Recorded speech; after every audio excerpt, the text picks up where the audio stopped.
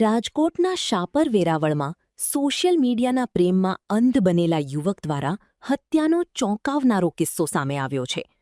ચંદનકુમાર નામના વ્યક્તિએ નિશાકુમારી અને પૂજા જેવા ફેક એકાઉન્ટ બનાવી પિયુષ કશ્યપને પ્રેમજાળમાં ફસાવી લગ્ન કર્યા હતા. લગ્નની પ્રથમ રાત્રે જ પત્નીના સ્વાંગમાં રહેલો વ્યક્તિ પુરુષ હોવાનું જાણ થતાં પિયુષ ચોંકી ગયો હતો. જો કે ચંદનકુમાર સતત 1.5 વર્ષથી પિયુષને બ્લેકમેલ કરી સંબંધો રાખવા દબાણ કરતો હતો.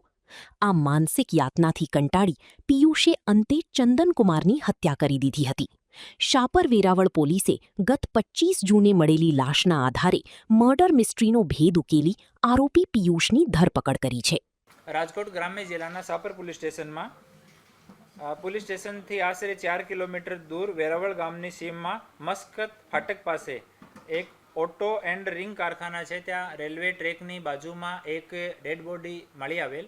જે ડેડ બોડીને ઇનિશિયલી જોતા એવો લાગતો હતો કે આ કોઈ ફિમેલની ડેડ બોડી છે. પછી એનું પોસ્ટમોર્ટમ કરાવવામાં આવ્યો તો આ મેલ હતો, પુરુષની ડેડ બોડી હતી અને એને શિરમાં ઈજા હતી. તો પોલીસ સ્ટેશનમાં ઇનિશિયલી એડી દાખલ કરવામાં આવી હતી. પછી આ એડીને મર્ડરમાં કન્વર્ટ કરવામાં આવેલ અને પછી આજુબાજુના સીસીટીવી વગેરે જોયા તો આરોપી જે છે એને પકડવામાં આવેલ. આરોપીનું નામ પિયુષ છે અને પિયુષ ગાજીપુર યુપીનો રહેવાસી છે.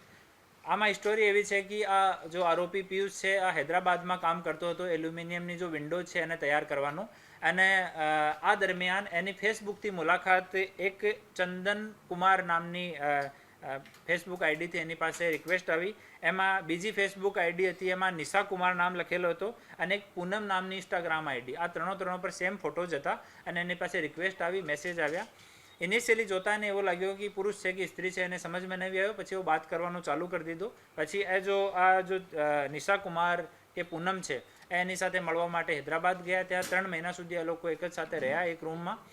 પછી લગ્ન કરવાનું વિચાર્યો તો રૂમમાં જ સિંદૂર આના માથામાં લગાડીને એને બંને લોકો લગ્ન કરી લીધો. અને આ જો ફિમેલ જો કહેવાય કે જો લેડી તરીકે પોતાને પરિચય આપતી હતી, આ કીધો કે અમારી વૈષ્ણો દેવીની માન્યતા છે તો ત્યાં સુધી આપણે લગ્ન નહીં કરીએ. તો 3 મહિના સુધી વેટ કરાયો. પછી સિંદૂર આપીને લગ્ન બંનેનો થઈ ગયો. લગ્ન થયા પછી આ જો આરોપી છે એને ખબર પડી કે આ તો મહિલા નથી, આ પુરુષ છે. અને પછી આ લોકો વચ્ચે ઝઘડો થયો અને ત્યાં હૈદરાબાદ છોડીને પોતાને ગામ જતો રહ્યો. પછી આ જો મરણ જનાર છે એને ગામ પાછળ એને ગામ ગયો અને ઘરે ગયો અને ઘરે જઈને ઘરે પણ વિવાદ ઊભો કર્યો. એનાથી કંટાળીને આ જો આરોપી છે ત્યાંથી ભિવાડી રાજસ્થાન આવી ગયો, ત્યાં કામ કરવાનું શરૂ કરી દીધું. પર આ માણસ પાછળ અને ભિવાડી પણ આવી ગયો.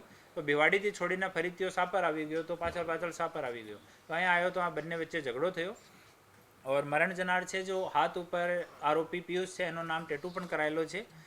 તો એના દ્વારા પણ એની ઓળખ પ્રતિસ્થાપિત થઈ. અને પછી અહીંયા બંને વચ્ચે ઝઘડો થયો અને પથ્થરથી શિરમાં 2 વખત ઈજા કરીને એની મોત નિપજાવી. હાલ આરોપીને અટક કરવામાં આવ્યો છે. આરોપી પોતાનો ગુના કબૂલ કર્યો છે.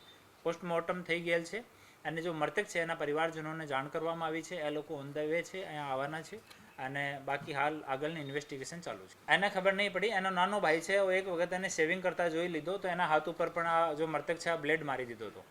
તો પછી ભી ગયો જો નાનો ભાઈ હતો એ પણ કાંઈ બોલ્યો એવો કહી શકાય. હાલ આગળની પૂછપરછ આમાં ચાલુ છે. આ જો આરોપી છે એના જણાવ્યા મુજબ જો મૃતક છે આ ગે પ્રવૃત્તિનો પુરુષ હતો, લેડીઝના. આના સોશિયલ મીડિયા હેન્ડલ ઉપર જેટલા ફોટોઝ છે એ બધા લેડીઝના કપડામાં છે. લેડીઝની જેમ જ શ્રૃંગાર કરે છે, લેડીઝની જેમ લાંબા વાળ રાખે છે અને 2-3 જીન્સ એક સાથ પહેરે છે તાકી એનો જો ફિઝિક્સ છે એ લેડીઝની જેમ દેખાય. ના એમાં પૈસાની માંગણીનો નથી. બહુ મતલબ જો આરોપી છે એના પ્રતિ બહુ આસક્ત હતો અને આરોપીને છોડવા નહીં માંગતો હતો મૃતક. તો એનો કન્ટિન્યુ 1 વર્ષ સુધી ફોલો કર્યો. તો એનાથી કંટાળીને બંને વચ્ચે ઝઘડો થયો અને ઝઘડામાં શિરમાં મારીને એની હત્યા કરી.